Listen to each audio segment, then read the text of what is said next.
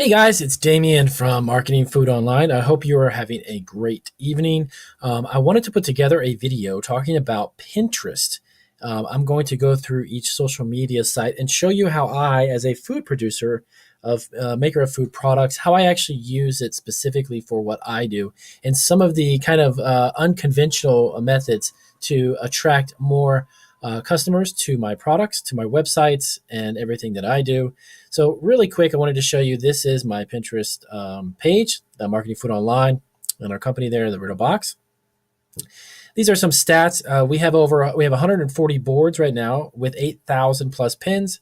We're averaging nearly 21,000 monthly viewers. Okay, so I'm going to dig deep into some of these analytics because this is actually going to show us exactly what's going on and who is looking and how we can actually leverage who is looking into our Pinterest page and what pins are working and what's not. Okay, so let me click this overview really quick. All right, here we go. So right now our average monthly viewers are up 28% at 18,000 viewers. Our average daily viewers is nearly 1,500 a day. Now I started my Pinterest account with probably about 4 or 5 boards, but then when I began to kind of experiment and see if I could attract more consumers and more customers to see the pins that I offer by bringing in different interests. Okay, so how did I do that? We're going to click on really quick. I'll show you here. Okay, here's some running totals, by the way. October 6th through November 5th, and so on. So as of these days, these are our averages. Let me click over really quick. Okay. So on November 6th, we had over 20,000 viewers, which was just a couple days ago. And yesterday, again, we were approaching 20,500. And it just keeps rising and rising each day. Okay, that's up 46% for a 30-day aggregate total.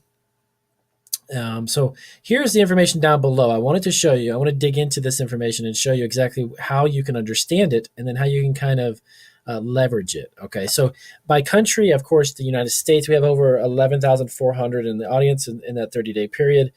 The busiest metro areas, okay, and this is really, really interesting: Los Angeles, New York, Chicago, and Houston, and then Dallas, Fort Worth. These are the top metro areas. Why is this important? Well, if you can create boards or begin to find pins that are of interest, actually, for people within these metro areas. And what I mean by that, it could be something related to Los Angeles, it could be something related to New York. For me, for my account, these are the most active metro areas. So if I can attract people by bringing pins in that would relate to where these people are, that would actually attract more eyes to my boards. Okay. Now, the gender, of course, female are the largest. And I say, of course, because I know that from the customer base that we have as a candy company and snack company, believe it or not, actually females are the buyers for the most part. So this kind of makes sense for us to have that large number on Pinterest. And of course, the languages that are spoken by the most popular, of course, would be English. Now, I'm going to scroll up to the top. Now, I'm going to show you, this is the people you can reach section of the analytics. I'm going to show you this right here, the interest. This one is the most, in my eyes, is the most important. Why? I'll tell you why. Now, this is 2, 4, 6, 8, 10. We have 12 topics, okay? 12 interests, as they put it, 12 interests that my audience is into, okay? Now, what I have done is I have 140 boards and over 8,000 pins. I go to this on a monthly basis and I see if this changes or not. And what I begin to do is pull pins in that are related to these interests, okay? Because everybody who's coming to my Pinterest boards, these are the top 12 that are of the most interest to those people, okay? I have a board that's DIY home decor. I have a hairstyle board, I have makeup. Obviously, I don't really know much about these particular topics, and it doesn't matter. I don't need to know about them. I just need to know that my audience is attracted to these interests, okay? So I have a board that's recipes. So I just start pinning like crazy. I find recipes, I post them. Desserts. Now, this is something that does fall in line with my line of products. So I create a board for desserts, right? Then I'll throw up about 36 to 48 pins. And I do this on my phone. Believe it or not, guys, it's faster on the app. If you use the Pinterest app, and you go on your phone, on your Android or smartphone, whatever it may be, your iPhone, you can pin stuff extremely quick. I don't spend hours and hours doing this.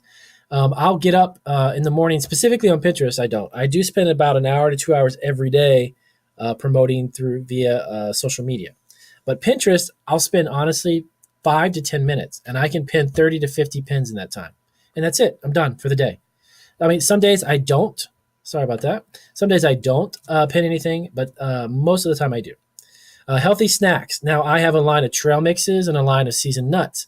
This interests. I create a board of healthy snacks. I will pin a whole bunch of other people's healthy snack pins, and then in between all that, I'll add some of mine. Okay, and that's the trick to it. That's how I use it to market and attract people to my boards, and then eventually to my products, of course. Damien, how do I know? How do you know, Damien, if the traffic on your websites are coming from Pinterest? Well, I can figure that out because there's statistics and data that I can pull from the backside of my websites, and I can see what is the most popular social media that's bringing in the audience, what's bringing in the customers, and I can see that. Okay, Pinterest has picked up. Initially, it was actually Facebook, and then it was Twitter, but now Pinterest is bringing me more people. So inspirational quotes and so on. So here's an additional 6 more topics. Okay. So I create boards around this. Then I add pins, and then I put my products in there. Okay, for makeup, let's just say makeup or fashion. Obviously, I sell candy and such. So I don't pin food products on these, but these are very important because these will pull in the audience I need to buy my products. Okay. So let's go back over here to the main page, and we will check out, let me show you my boards. Okay, so I have 140 boards. So you're probably thinking, wow, why the heck would you create 140 boards? Let me show you a few samples of the types of boards. Okay, so this is my page. I have a lot of really cool stuff on here, and this changes automatically, and this shows whoever's looking.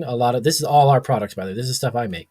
So we scroll down. Okay, so now here are the boards. So one of the good things, by the way, you can be invited. I've actually been invited to numerous boards to help pin on other people's boards. That is a great way to network, and it's a great way to get exposure to other people's pinners, if you will. Okay, so if you get an invitation on someone's board and they're asking you to add additional pins, check out the board first. Make sure it's legit. And what I mean by legit is that it's just not something shady. I try to stick to boards. When I get invited to boards, I try to stick to boards that I look at and they look kind of family friendly. It's just not the negative things or racial things and sexual things and stuff like that. I don't go for that. So obviously, just be aware of the boards you're being invited to. That's just a no-brainer. But anyways, so back to what I was saying. These are all the different types: home decor, furniture, cars, of course, food. These could also be recipes. Camping and hiking supplies. This is actually one of my own boards. And I get a lot of traffic on this because I put a lot of my trail mixes, snacks, and such, inspirational thoughts or inspirational quotes, and just so on and so on. I do some stuff for marketing food online, cottage food laws and things. Gluten-free. Now, remember, if you're in the food business, hey, if you offer some gluten-free stuff, this is cool. This is great because you're going to attract, again, a variety of people with a variety of interests. Why not take advantage of that? The Brittle Box, that's my company's page, and then just so on and so on. I won't go through all of them, but, health and beauty, snacks and recipes, Amazon. So definitely check this out, guys. If this helps you out, please do let me know. Thank you guys for watching, and give me some feedback.